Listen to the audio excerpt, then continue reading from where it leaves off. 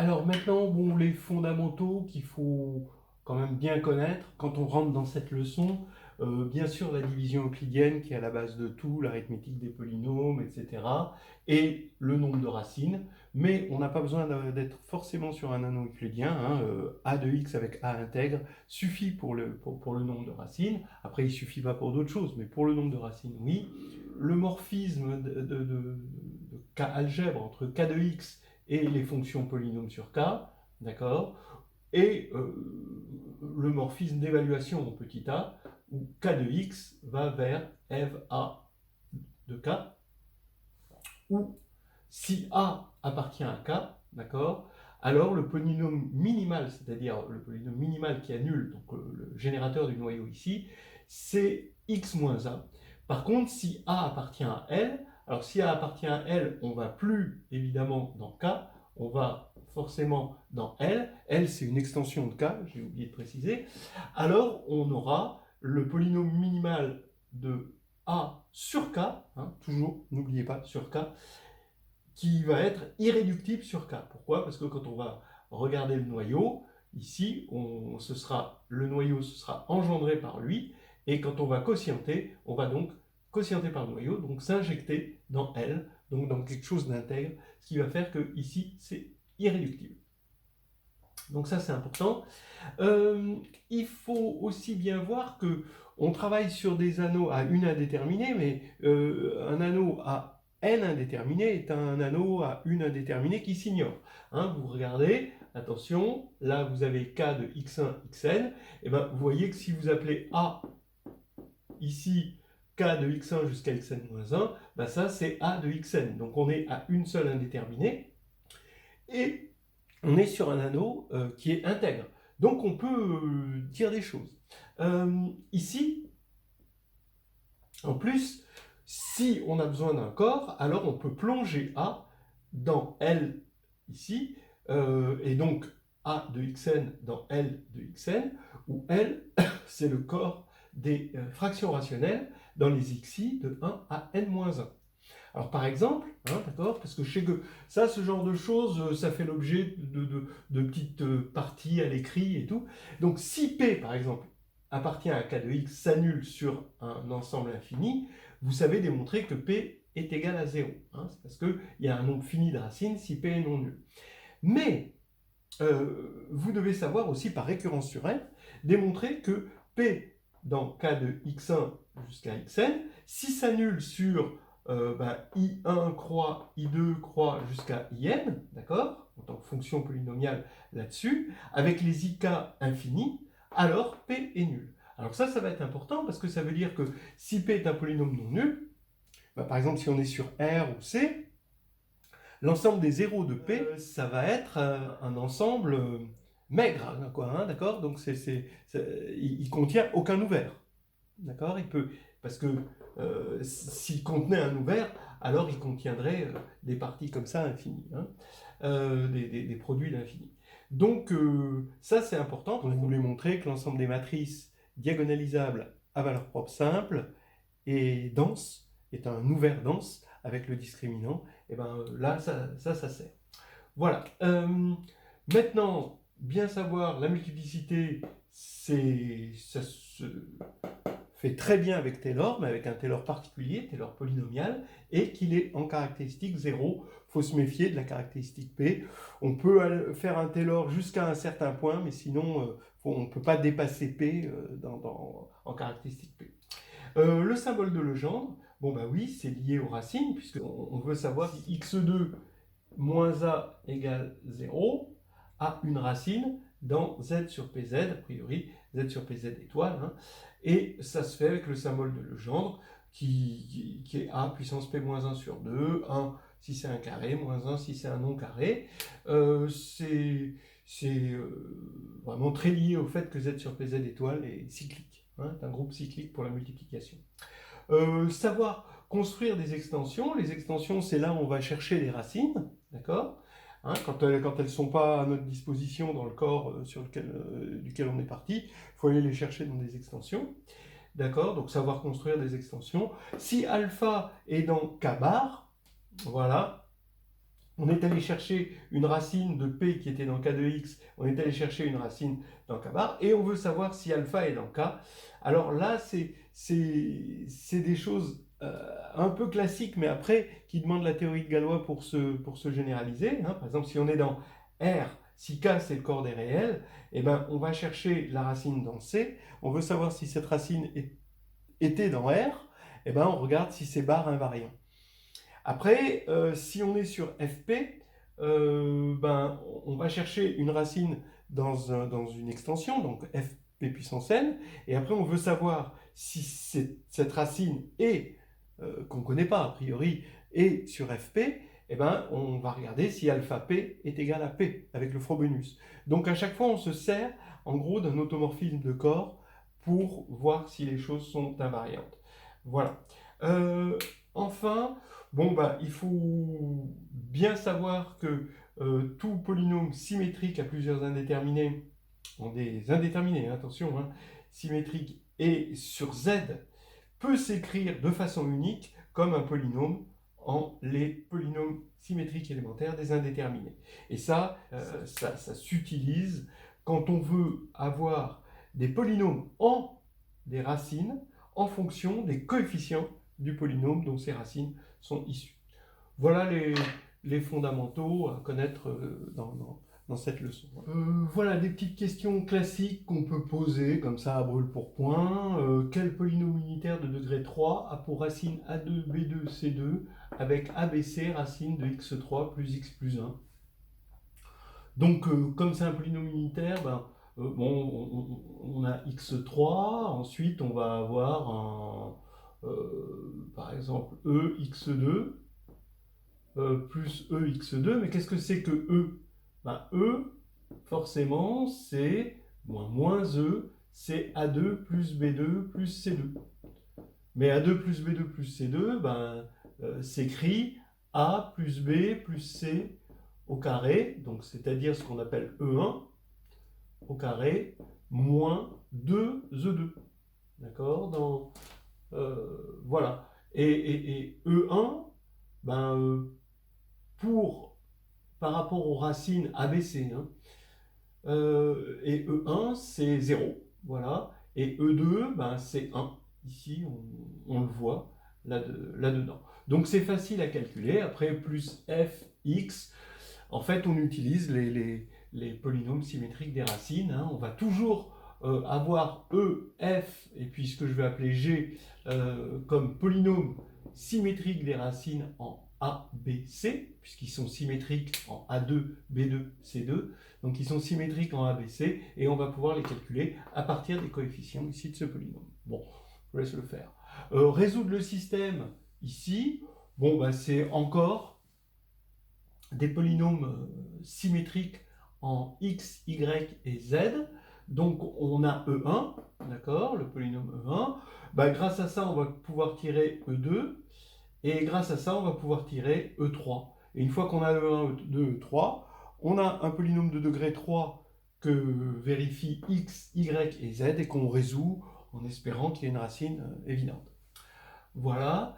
Montrer que x5 moins x moins 1 est irréductible sur q, ça c'est un petit peu plus difficile. Il faut montrer donc qu'il est irréductible sur z, d'accord? Et on sait que c'est équivalent. Et ensuite, montrer qu'il est irréductible modulo 5. Donc, on prend un polynôme P, d'accord, qui divise x5 moins x moins 1 sur F5. D'accord? On regarde ça modulo 5. Et donc, bah, alpha étant racine de P, si alpha est racine de P, et ben alpha, donc alpha est racine de lui, forcément, donc alpha 5 est égal à x plus 1. Et P de alpha 5, bah, c'est égal à P de alpha puissance 5, parce que à cause du Frobenius, hein, c'est un automorphisme, ça vous le savez, et donc ça fait 0 aussi. Donc alpha 5, mais alpha 5 est racine, ça veut dire que mais alpha 5 il est égal à alpha plus 1, puisque alpha est racine de ça. Donc vous avez alpha plus 1 qui est racine de P, alpha plus 2 qui est racine de P, alpha plus 3 qui est racine de P, alpha plus 4 qui est racine de P, et on reboucle avec alpha qui est racine de P. Donc P a 5 racines distinctes, elles sont clairement distinctes, et puisqu'on est en caractéristique 5, et donc P est égal à lui. Donc ça veut dire que lui, il est irréductible sur modulo 5, donc il est réductible sur Z, il est réductible sur Q. Voilà. Pareil, quel est le corps F3 de alpha, où alpha 7 est égal à 1. Alors alpha, on va prendre une racine primitive septième de l'unité, donc alpha juste différent de 1, parce que 7 est premier. Bon, bah, pareil, c'est le Frobenius, hein. Vous prenez alpha, qui est dans ce corps, et bah, vous allez aussi avoir alpha 3, puisque on est en ça, on est sur un corps de caractéristique 3, et donc vous allez avoir même le cube de ça.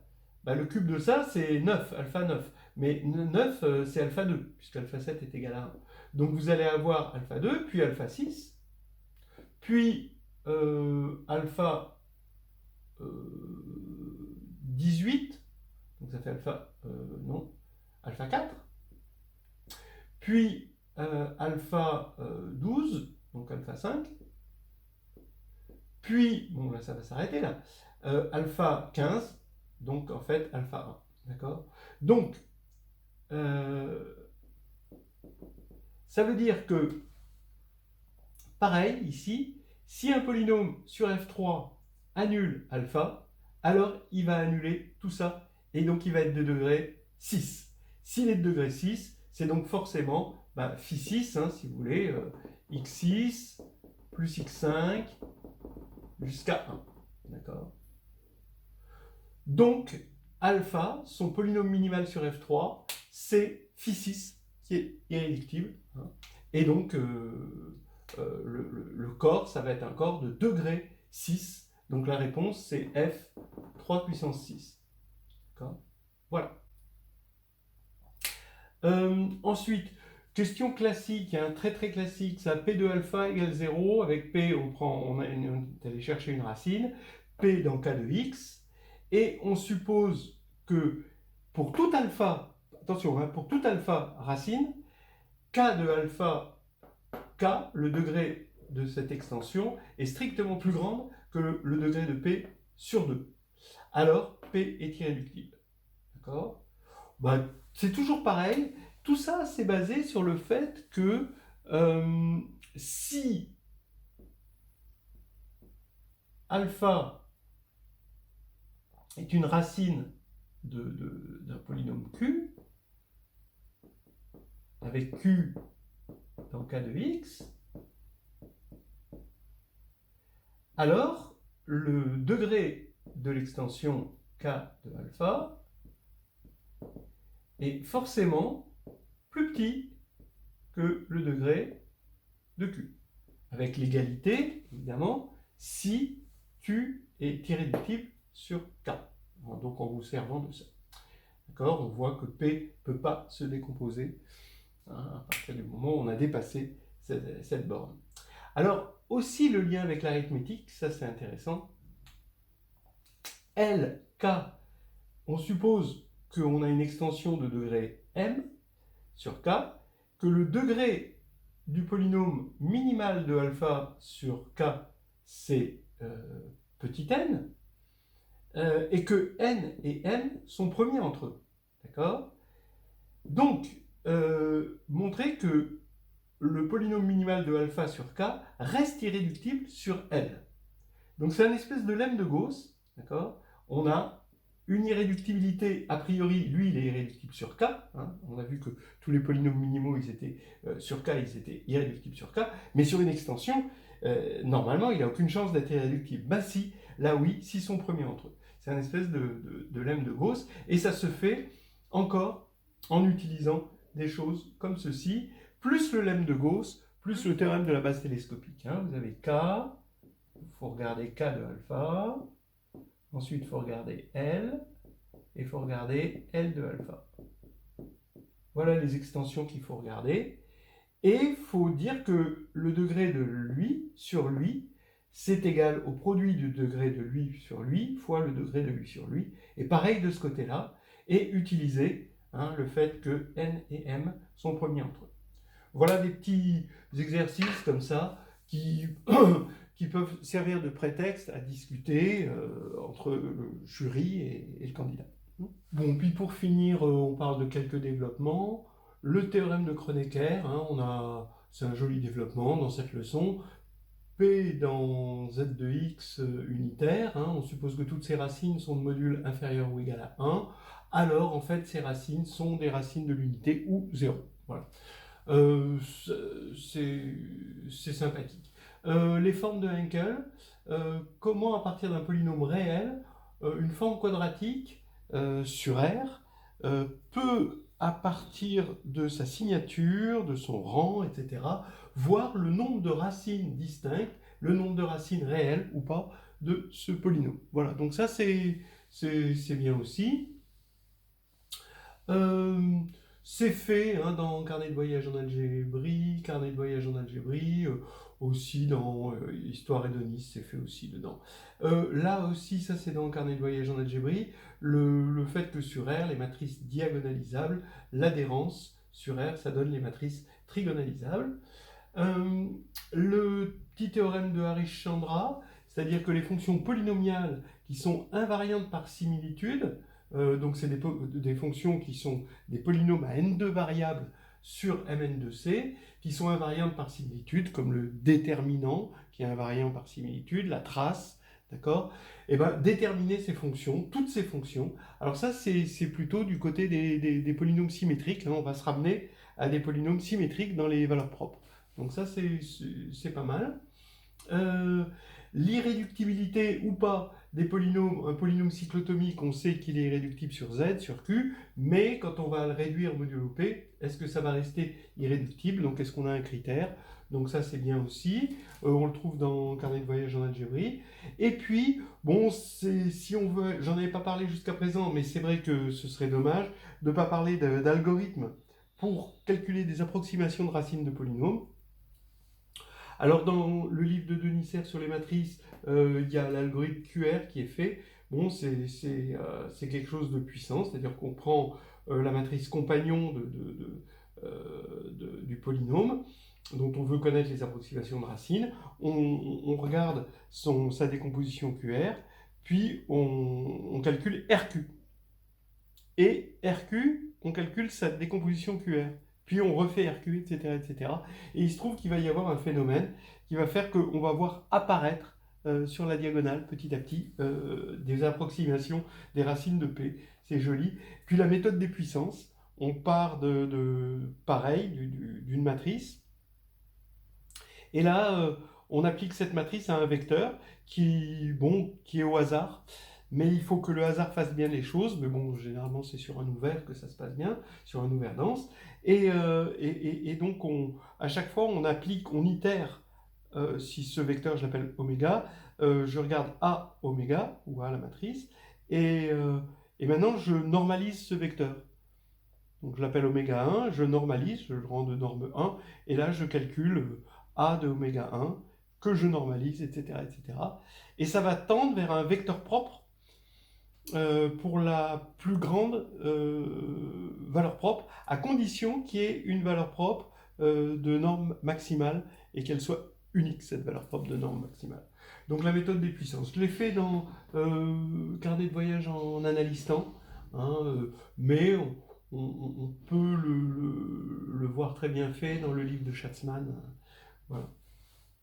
Donc voilà quelques idées de développement, un petit florilège.